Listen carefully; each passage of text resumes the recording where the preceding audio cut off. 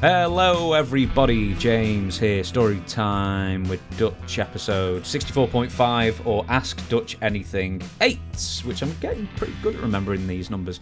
We've got books, we've got t-shirts, blah blah blah. I'm sure you hear me talk about it on the Friday one. Also, one thing I will make mention of is, I think it's actually today, so accidentally, Dutch, I've booked Shane Douglas's debut podcast to come out on the same day as this podcast. So eventually I'll probably shift it over to Wednesday so not get it as confused. But for now, today you can download Shane Douglas's new podcast, which, as we're recording this, I still haven't come up with a name for, but it's probably going to be called Franchise University. But just search for Shane Douglas podcast. Wait a minute. Yeah. Dutch has a university. I know. So he wanted to call it Franchise University because he didn't University of Dutch. But he didn't want to name it that because there's Funk University for Terry Funk, who we were talking about in the last episode. Yeah. So he sent a text message to, I think, Tommy Dreamer to ask Terry if he could name the podcast Franchise University. And we never got an answer on it. So we don't know what it's going to be called. Hey, so I'm going to tell you, you're waiting for an answer. So it's in lieu. It's in limbo. Yeah. Sadly, we may be waiting for an answer for why quite a long would time. Why would he need permission just out of respect? Yeah, that's it. I call mine the University of Dutch. Well, he needs to call you then as well and ask. Yeah. Well, tell him my answer is no. Well, it's going to be called something. We cannot have too many universities. Well, there's loads of universities, like, you know. Maybe Shane's could be like one of those internet-only ones where you, like, pay for the diploma. Hey, wait a minute. Did you say diploma? I did say diploma. Look at there. That's the diploma right there. The University of Dutch diploma, available at dirtydutchmantell.com. Is the website back up? Oh, Gmail. Yeah. Gmail.com. Yeah, forget the website. Email dirtydutchmantell with 2 L's at gmail.com and make your request there. Yeah. Forget the website. Yeah, and forget that website. Hell, the moon landing. I've said that before. Moon landing was easier. But you can have your name right here, and you could put it on the wall. And somebody comes up with a wrestling question, you can ask them, where did you get your diploma from? What university? Oh, I don't have one. Well, I do. And have this hanging on your wall. And I write Dirty Dutch Mantell with 2 L's at gmail.com, and I'll get right back to you. There you go. You could have one of these beauties. And just to reiterate, Shane Douglas Official, the YouTube channel, it's already up, in fact, so go and subscribe to that now. But then the first episode of whatever the Shane Douglas podcast will be called, that will be up August 29th, Tuesday. Anyway, this is Ask Dutch Anything. If you want to ask Dutch any question or make it a good one. Yes, there are books as well. Yeah, we did the plug for the books last time. Everyone knows we've got books, The World According to Dutch and Tales from a Dirt Road, and my two. Not everybody. We could have, seriously, you need to act like this is the first time people have ever heard the podcast. It's like an audition. Your camera's moving again. Why does your camera only move at the beginning? I don't know. I think I got a ghost here. Anyway, all right, it's in a good position now. We'll leave now it's irritating. Yeah. Okay, I don't want it to move. I need to look up why it's moving and how to stop it. Okay, I'm not doing it now, though. You're just going to have to suffer with one more. Okay. We've got questions. If you want your question submitted to Dutch Mantell, make it a good one and email it to questionsfordutch@gmail.com. And the first one, Tony Kleinberg did just that. And he asks, what are your thoughts on Bill Apter? He was friends with Jerry Lawler back in the day and was responsible for recommending Andy Kaufman to come to Memphis after Vince McMahon Sr. refused to use him. But what did you and the other boys think of Bill?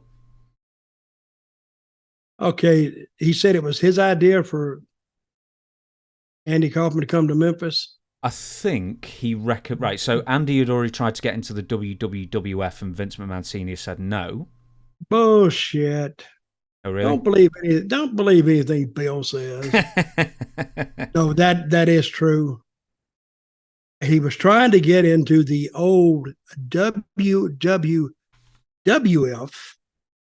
with the old Vince McMahon Sr., And Vince McMahon Sr. actually came out and says, well, he wouldn't be a good fit for professional wrestling because of the comedy that he likes to do. So he would think it would be better if they didn't, incorporate him into the company.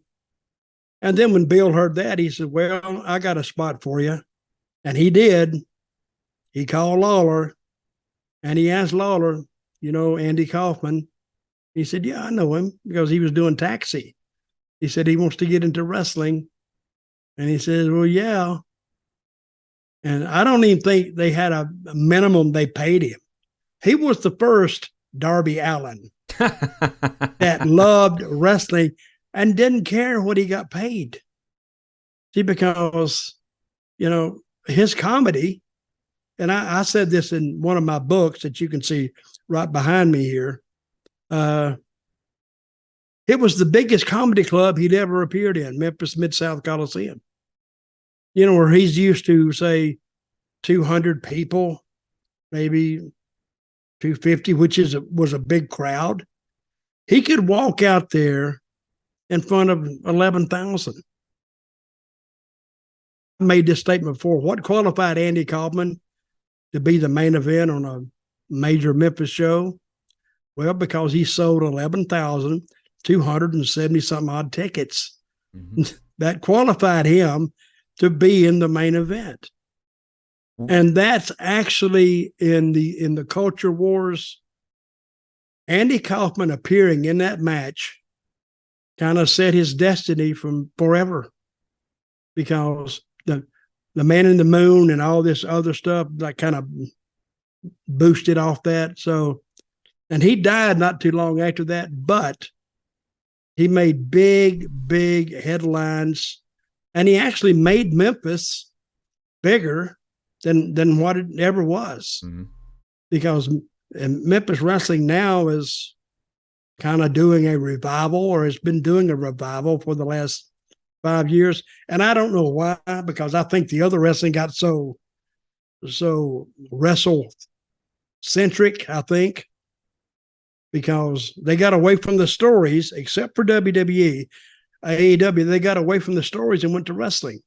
See, Memphis never had great wrestling, but they had great stories. They had great angles, great characters, and that's what the people liked. And they did big business. Leaving Andy Kaufman there, Bill specifically, was he always at the matches in Memphis? Because I know obviously he was going to be based in New York. How often did he turn up down there? Once a year, maybe. Oh, really? He would show up, and Lawler, and he wouldn't even probably have shown up in Memphis. I don't know who made the first contact between Lawler and Bill, but Lawler had the foresight to say, well, this guy does a lot of stuff with the magazines.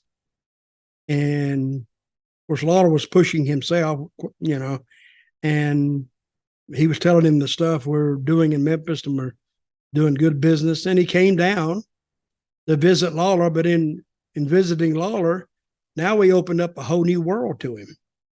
Now he saw this territory, and it was fun. Memphis was fun. The backstage was fun. Nobody was mad. Nobody, we were all laughing. And Jerry Jarrett, great booker. Lawler, great booker. So we were doing stuff we enjoyed doing, and Bill was accepted inside the locker room. And I don't know how much was actually talked in front of him. I think maybe some guys would like closed doors, but he was accepted, and he was one of the boys. Were some people, as you said, were some people like less accepting of him because he wasn't actually fully in the business in that sense and would close ranks around him? Away from him, or would some conversely realize how valuable the wrestling magazines were, and would try and butter him up and put an arm around him and try and get some extra photos taken for the mags? That was Lawler. Yeah, but he never told us about it. But I don't think we realize the importance of the wrestling magazines. How that they were much more important then than what they are now. They still make them, but I don't think More many people like collector's items now. So much stuff is disseminated on the internet. You don't need to go buy a $3 magazine unless, like you said, unless it's a collector's item or something. And there was probably a few guys that kind of shut down when Bill was there. And they didn't shut down because he was there. They were uncomfortable because they didn't really know him that much. And we had preached for years and years and years the value of kayfabe, keep it amongst us. And some guys took that seriously and wouldn't discuss what they were going to do in the match in front of him. How often were you in PWI featured, do you remember? Or did you ever buy the magazines while you were in the business? No, PWI Magazine actually cost money. And I didn't spend any money on it. Oh, I was in it. I never had a lot of articles about me. But Lawler did. But he was he had a lot of stuff about him. And Flair was in there a lot. And I don't know how much they sought out this on their own, but Lawler, he understood the value of it way before I did. Did you ever try and buy photos from Bill for 8x10s? Would he offer that service to the wrestlers now? No. Did he offer it then? I never heard about it because we had our 8x10s. We had our own little setup for that. So I never got any from him. We will move on. Michael Sanders. Which wrestlers do you think would have gotten a much bigger push or been hugely more successful had they been just a couple of inches taller? It's suggested, just for example, that wrestlers like Bret Hart and Randy Savage felt their status within the WWF was always at a disadvantage compared to taller, but mostly less talented competition. Cough, Giant Gonzalez, cough. I have no idea. We're taking in a hell of a lot of wrestlers here. Mm-hmm.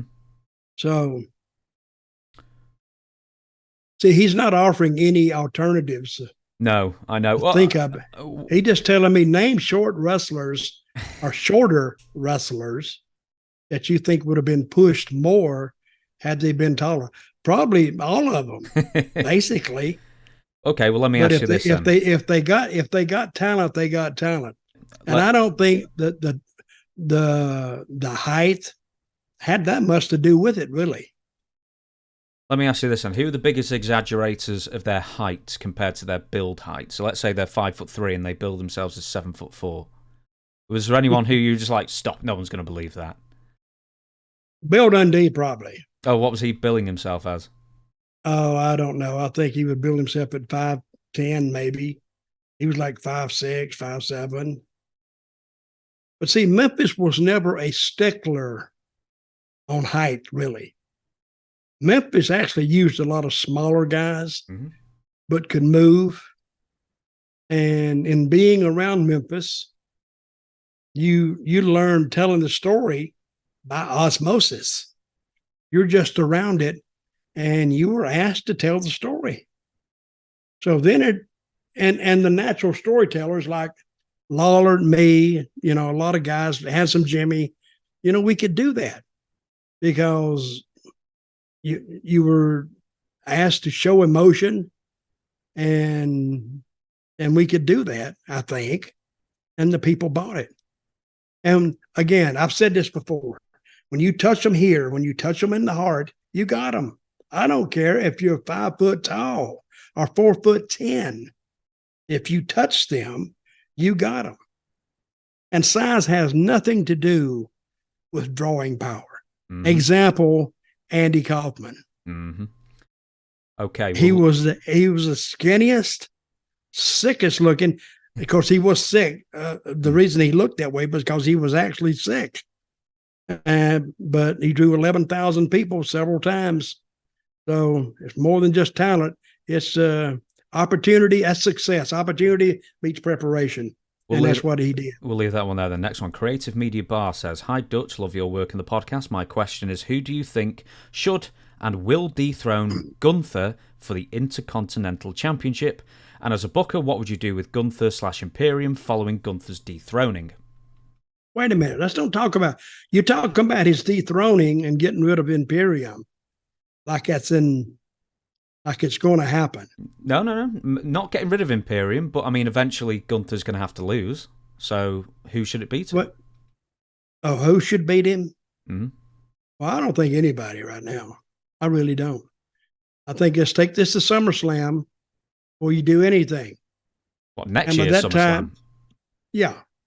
So another year. Take it to WrestleMania. I'm sorry. All right. Take it to WrestleMania. Then let's do something with him and work it up to that. I don't think he needs to lose before then. He doesn't, because Gunther is a generational talent. A talent like that comes along, like Roman Reigns. He's a generational talent, and talents like Gunther and Roman Reigns, they come along once a generation, and they are doing the prototype of what we will probably be copied later on. And if they copy it too much, the people say, no, that's the same thing they did here, they did there. But Roman Reigns has a certain vibe that he gives off. Gunther does the same thing. And another one that gives off the good vibe is LA Knight. You just get a vibe off the guy because he's a good talker. But Gunther, not only, it's not his talk that jumps out at you, it's his style. Because he literally beats the shit out of people.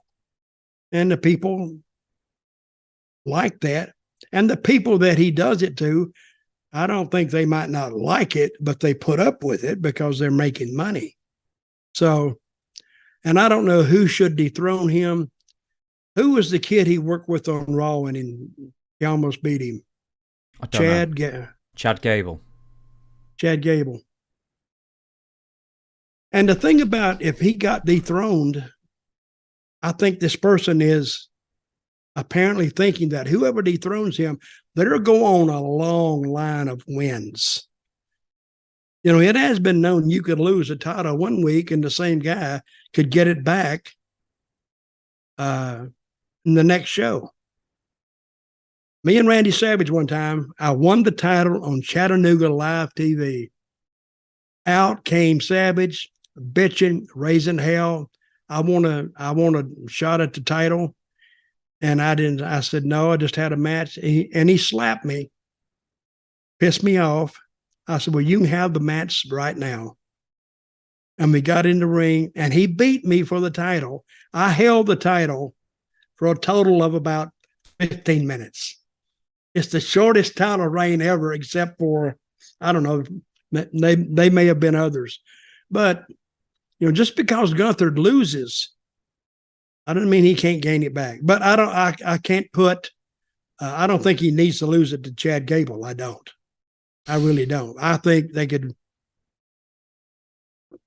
I don't know if I don't have an answer for that. I really don't.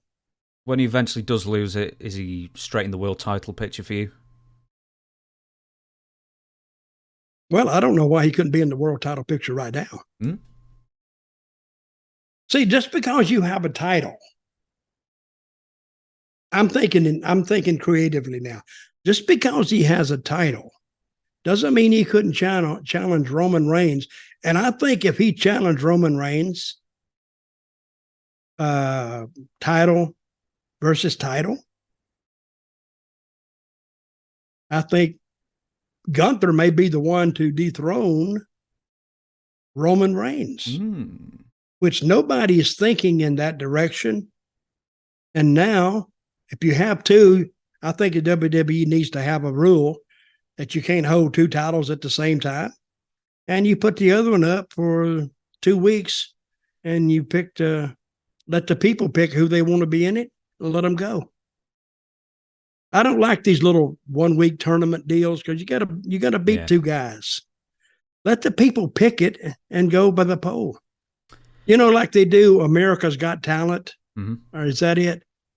Do they vote on the guys, people, or is that something else? Is that another show? They have phone votes, don't they? And Oh, they, yeah. and they whittle one down every week. Yeah.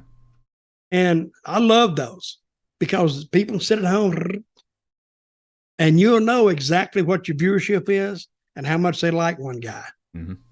So you can take that data and you make a lot of decisions on that. Next question. Kevin Lake. Dutch, I grew up on the Memphis territory watching the show on Saturdays on Channel 7 WTVW.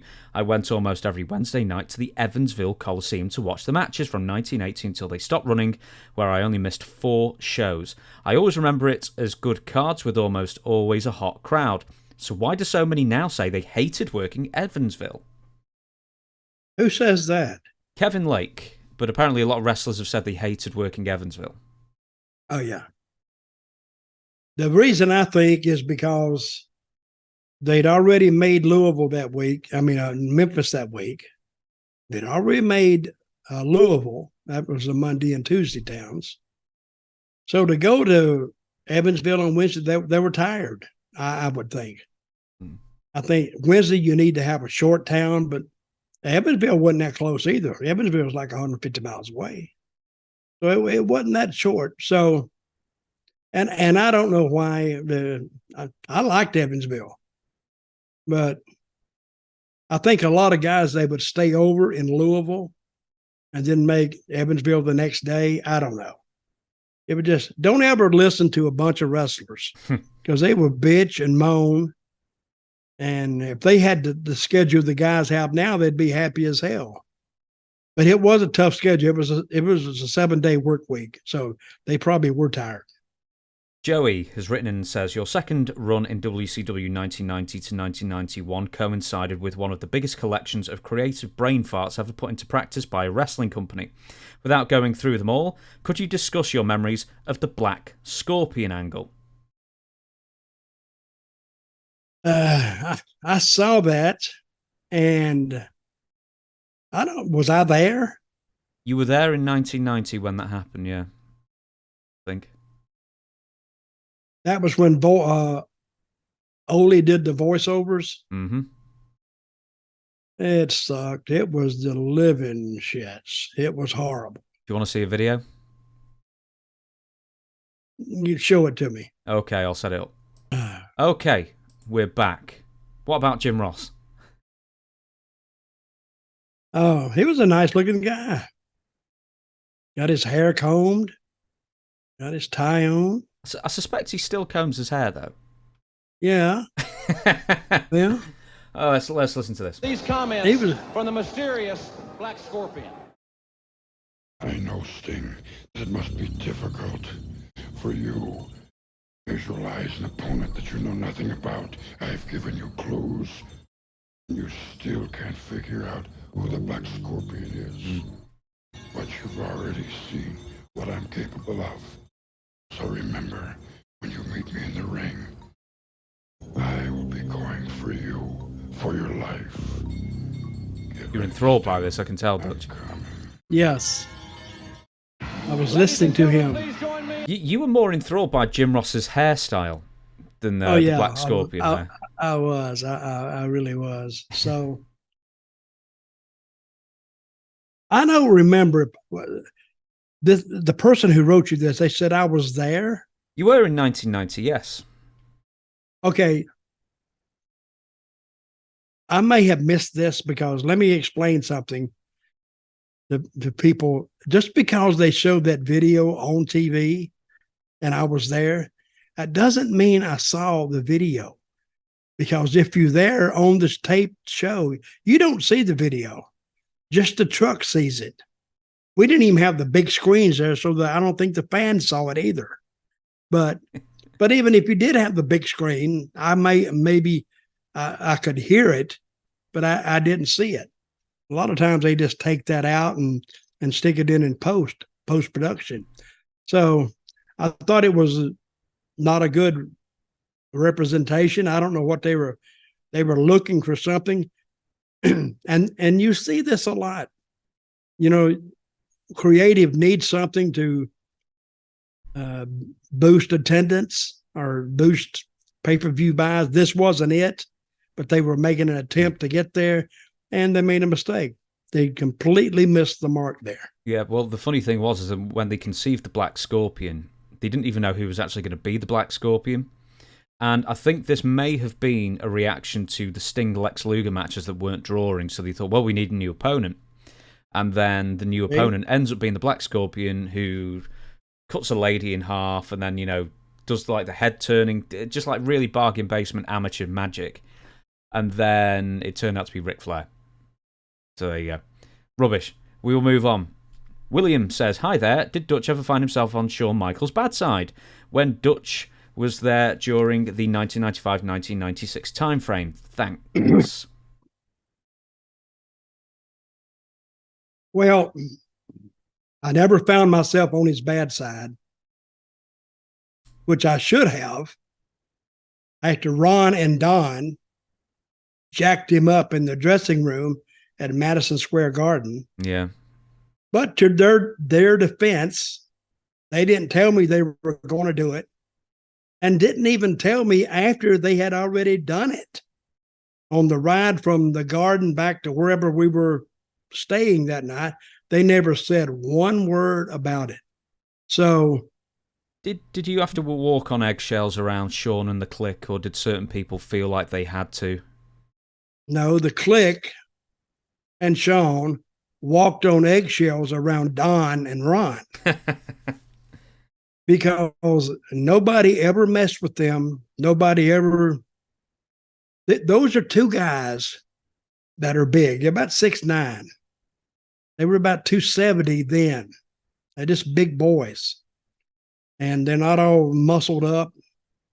And you never saw them got mad. I saw them get mad at anybody. I never saw them raise their voice to anybody.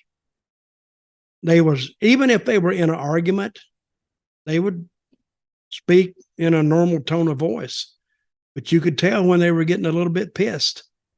And when you crossed that point, it was too much. I did see Donnie slap a guy one time. My God, he liked to slap his head off. And I said, why did you slap him? And Donnie told me, he said, brother, don't punch him. He said, slap him. He said, because then you ring that bell when you slap them, because you hit them on the eye and the ear at the same time and the jaw, and you got more force to it. It's easier to connect with the slap than it is a punch. So I remember that. So I got mad at this old woman at the supermarket one time, so I slapped her. So then she beat the shit out of me, so I never did that again.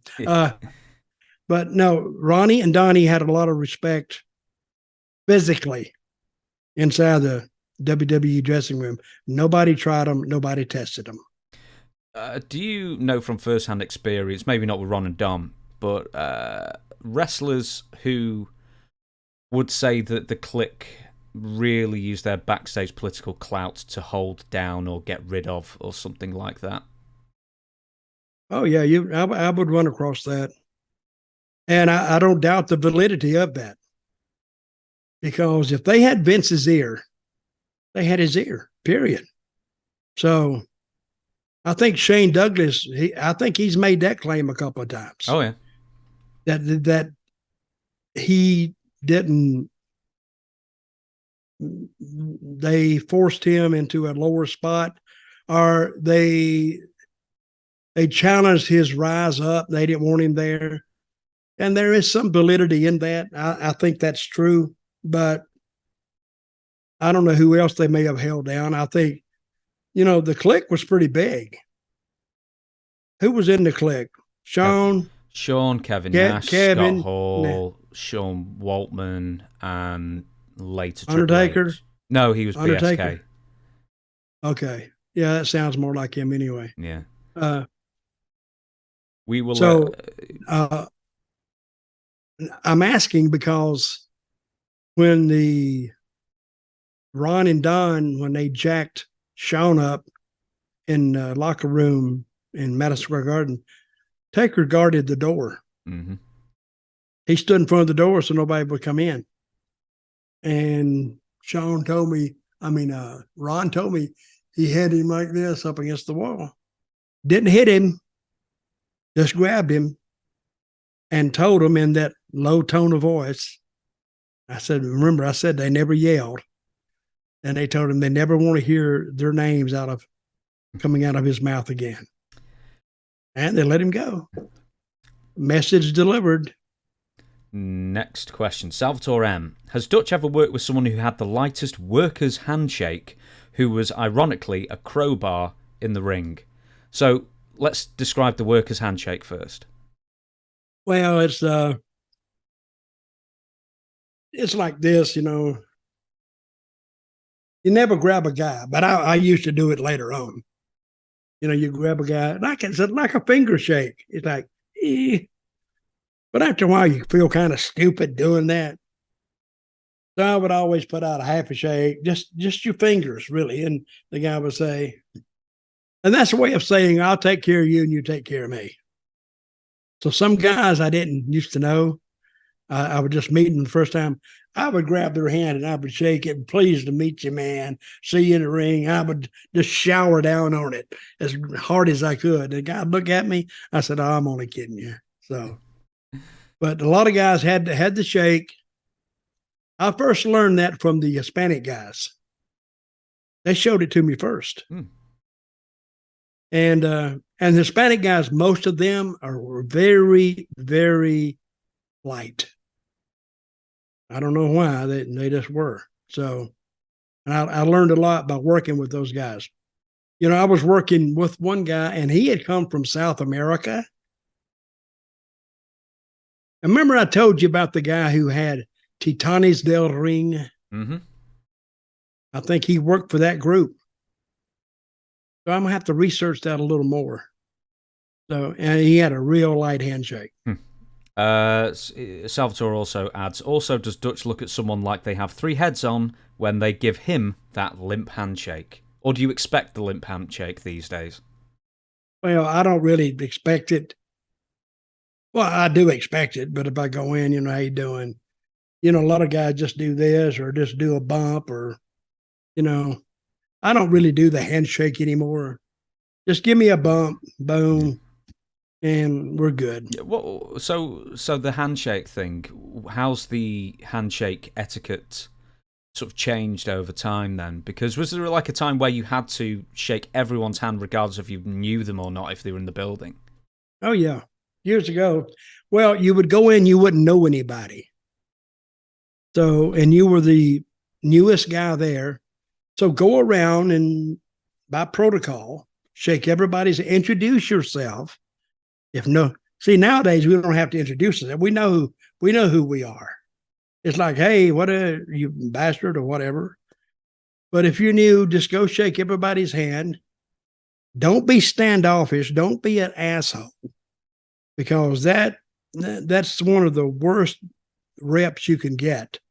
Is that he didn't shake my hand, or he's standoffish, or see, a lot of people get the impression that he thinks he doesn't really need to be here, or he's better than this. So you try to avoid that at all cost. Now things are different now. Things are different, but years ago that was the way it was. I think we've got time for two more then, so I'm going to ask Harry from Erkrath, Germany. He has asked for your Mount Rushmore of wrestling tag teams. Okay. I don't know if that's like for a draw or just your favourites to watch or... Midnight Express. Mm-hmm. Rock and Roll Express. Mm-hmm. The Assassins. Let's go way, way back. And Gene and Ole Anderson. The Anderson brothers. And I mean, there's a lot more people that's interchangeable, but that's just off the top of my head. But the Rock and Roll and the Midnight, they belong in there because when they had matches, they had bangers. That's a new word now. You got to have a banger. I mean, and they drew nothing but money with those guys all across the country. They was in Oklahoma, Mid-South, nothing but money, nothing but money. Then they went to Mid-Atlantic, nothing but money. So And they were a better fit, I think, in Mid-Atlantic than they were in Mid-South. But, of course, they had that heater, Jim Cornette, outside the ring. And Jim was walking heat because everybody in the crowd hated Jim Cornette. I mean, literally hated him. See, if you were a wrestler, some people can actually like you even though you're a bad guy. But managers, there was nothing to like about Jimmy. You immediately hated him from the moment you saw him. And when he got that tennis racket, that was his defense mechanism. He hit me one night with that tennis racket. I went to the dressing room. I said, Jimmy, thank you, man. Thank you. I said, brother, do I owe you money? No. I said, you hit me like I hadn't paid you in like a month. Well, he hit me, and it was flat, and it was solid, and it sounded off on that whole arena. That's what he was going for. Well, he got it. Mm-hmm. It didn't really hurt that bad, but it stung, and I knew he was there. And he said, oh, I'm sorry to hit you too hard. I said, I'd let it go.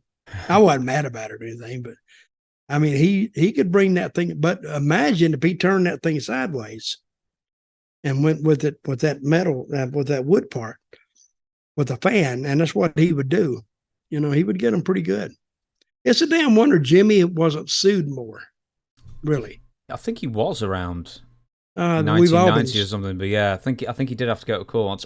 We've talked about the Assassins a fair amount, but we've not really talked about Ole and Gene Anderson. So why do they make it onto your top 4 tag teams ever? Okay, you talking about Terry and Dory Funk? They were just like miles apart in personality and style. Gene and Ole was similar to that, but both of them had that grind you down style. They were totally 2 different personalities, but in the ring, they meshed well. This is what they would do. They had a strategy, and the Assassins had a strategy too. It was called cut the ring in half, and you tried to keep your opponent in your half of the ring always. And that gave the commentators something to talk about. They have a great strategy. Once they get him weakened down, if they can keep him in their side of the ring and keep him from making the tag, and that made the tag so important. So if he made the tag, he topped the first test, and now we're off and running. They were very, very good. Ole did great interviews. I mean, and Ole is another one that you just couldn't like if you wanted to. I mean, he had this interview that if you could, you'd reach into TV and pull him out and choke him because people hated Ole. And Gene never talked. I don't think Gene could talk, tell you the truth. Ole always did the talking, a mile a minute. And he was the same way when he was a booker. You know, if he liked you, great. If he didn't like you, oh my God, your life was a living hell. Because he didn't make it that way. Because he didn't give a shit. And I don't know the last time I saw Ole. I think it was at least 6-7 years ago. He was still the same way. Now he's hurt now, something wrong with him. He was in a wheelchair. But his attitude has not changed. And I like Ole. And I think he liked me, I think. But good guy, but there were some people that hated Ole. I mean, in the business, they just hated him. I think I've interviewed most of them. Very few people have said that they liked Ole. I think it's you, Dr. Tom, and maybe one other person. Okay, I'm going to ask you one more question, then we will shut down this podcast. I don't think you're going to have an answer for it, but I've got a backup question to go with. Zare Rothschild, I was, of course, a huge fan of the Rock and Roll Express. One of the worst nights was when Rick Rude and Manny Fernandez beat them on a television taping. What was very noticeable to me, and maybe not others because they never mentioned why, was the tag team belts suddenly were silver and gold rather than all gold. When the Rock and Roll Express won them back some 9 months or so later, they debuted the tag team belts. They had a complete makeover. Do you know why these belts were turned silver and gold? I saw them listed as silver anniversary belts. So do you know why the belts were redesigned? What's his name? Zaire Rothschild. Zaire? Zeeh. So I don't know how you pronounce that. Zay, I guess. Zay? Okay. I guess. His name is Rothschild? Yes. I think that's a bogus name. I really do. I don't think anybody. So why were their belts different? I think trying to solve this dilemma, I guess they just swapped the belts, I guess. Why would that be a pressing question? He said they were red, then they were gold. All silver or gold. Okay, I knew you wouldn't know the answer to this, but I thought I'd ask it anyway. I don't know the answer. No, because I actually wanted to make mention of, because this fella mentioned Manny Fernandez. And we've never talked about Manny on the show. And whenever anyone talks about Manny on the show, there's always usually a good story that goes along with it. So anything about Manny you can share. Well, he went to Puerto Rico. It's already a good one. He went to Puerto Rico and he made the TV on a Thursday, right? Mm-hmm. And he disappeared. He didn't make the Friday show. He didn't make the Saturday show. And he didn't make the Sunday show. Then he showed back up on Monday or Tuesday. He's ready to go. And they said, where were you last week? And he didn't have an answer, I don't think. So what happened? I think Manny had a little penchant for a little bit of the illegal substances. And if you have a problem with that, Puerto Rico is the worst place to go. He disappeared for a whole weekend and showed back up on Monday. And he didn't remember. And they tried him one more week. I guess he made those shows. But they don't know what happened to him. And he doesn't know what happened to him. But I brought Buddy Landel down there one time. Oh, God. I love Buddy. I went and picked him up at the airport, took him to his room. It was about 4:00. I said, I'll be back at 6 and we'll pick you up. Okay, man. I come back at 6. Nobody. I knocked and saw the other guys coming out of the hotel. Hey, have you guys seen Buddy Landel? No. Knocked on the office door. They hadn't seen him. So he missed the Friday show, but he didn't do a Manny on me. He made the Saturday and Sunday show. So I called him up. I said, where were you? Oh, I was there, man. I was there. I said, no, you wasn't. I said, I hung around like 30 minutes. You weren't there. Yeah, I must have got back right when what time did you say you were going to be? It was just, I was there. I was just a bit late. If you'd have waited a little more, you'd have got me. And then he wanted to know, would that affect his money that week? I said, did you work Friday? He said, no. I said, I'm sure it's going to be accounted for in your pay. You'll just get Saturday and Sunday. I doubt if you'll get to Friday. Well, what the hell, man? I said, well, I don't know what to tell you. And I love Buddy. Oh, he's too much. He really is. Is anyone? Does anyone tell taller tales than Manny? Manny's entertaining too. He is really. I've never been around him that much. I was around him in Puerto Rico, and I went to San Antonio for a couple of weeks, and he was there entertaining there too. And Manny was a great heel. Oh, he was a great heel and a good baby. He was a good worker. He really was. So, but I don't remember any of the stories he told me, but they were. I do remember I was entertained when he was talking, and he's actually a good guy. I like how the answers sort of turned into who was more unreliable, Manny Fernandez or Buddy Landel, which is a great subject that I didn't realise that we needed, but apparently we definitely did need that as a question and an answer. Listen, I'm going to shut this podcast down really quickly because I've heard my front door go, which means my takeout's here and it's getting cold. Okay. So thank you very much for watching. Shane Douglas' official YouTube channel is out now with a brand new first ever episode with me and him of our new podcast, also on all podcast platforms. We've got 2 books each. Links are in the description. 2 T-shirts out. Links are in the description. And yes, Dutch. I forgot what I was going to say something. That's fine. Hey, does Shane have any books out yet? No, he doesn't. I've asked him this, and he just said he just no interest in writing one. Why? Because he can't be bothered. I think it's just a time thing more than anything. If he was going to do it, he'd do it himself. Hey, okay. Given this idea, with the AI out now, all he's got to do is do an overall overarching composite, and it'll write the book for him. Then he's just got to. AI's shit for the most part. It really is. You don't know. You don't know yet. You really don't know. I've tried it, and it's actually not bad. When's your third book coming out? Written by AI? No, part of it will be written by AI. The facts will be accurate. Yeah. But see, I just want to see, and then I'm going to take it and I'll adjust them.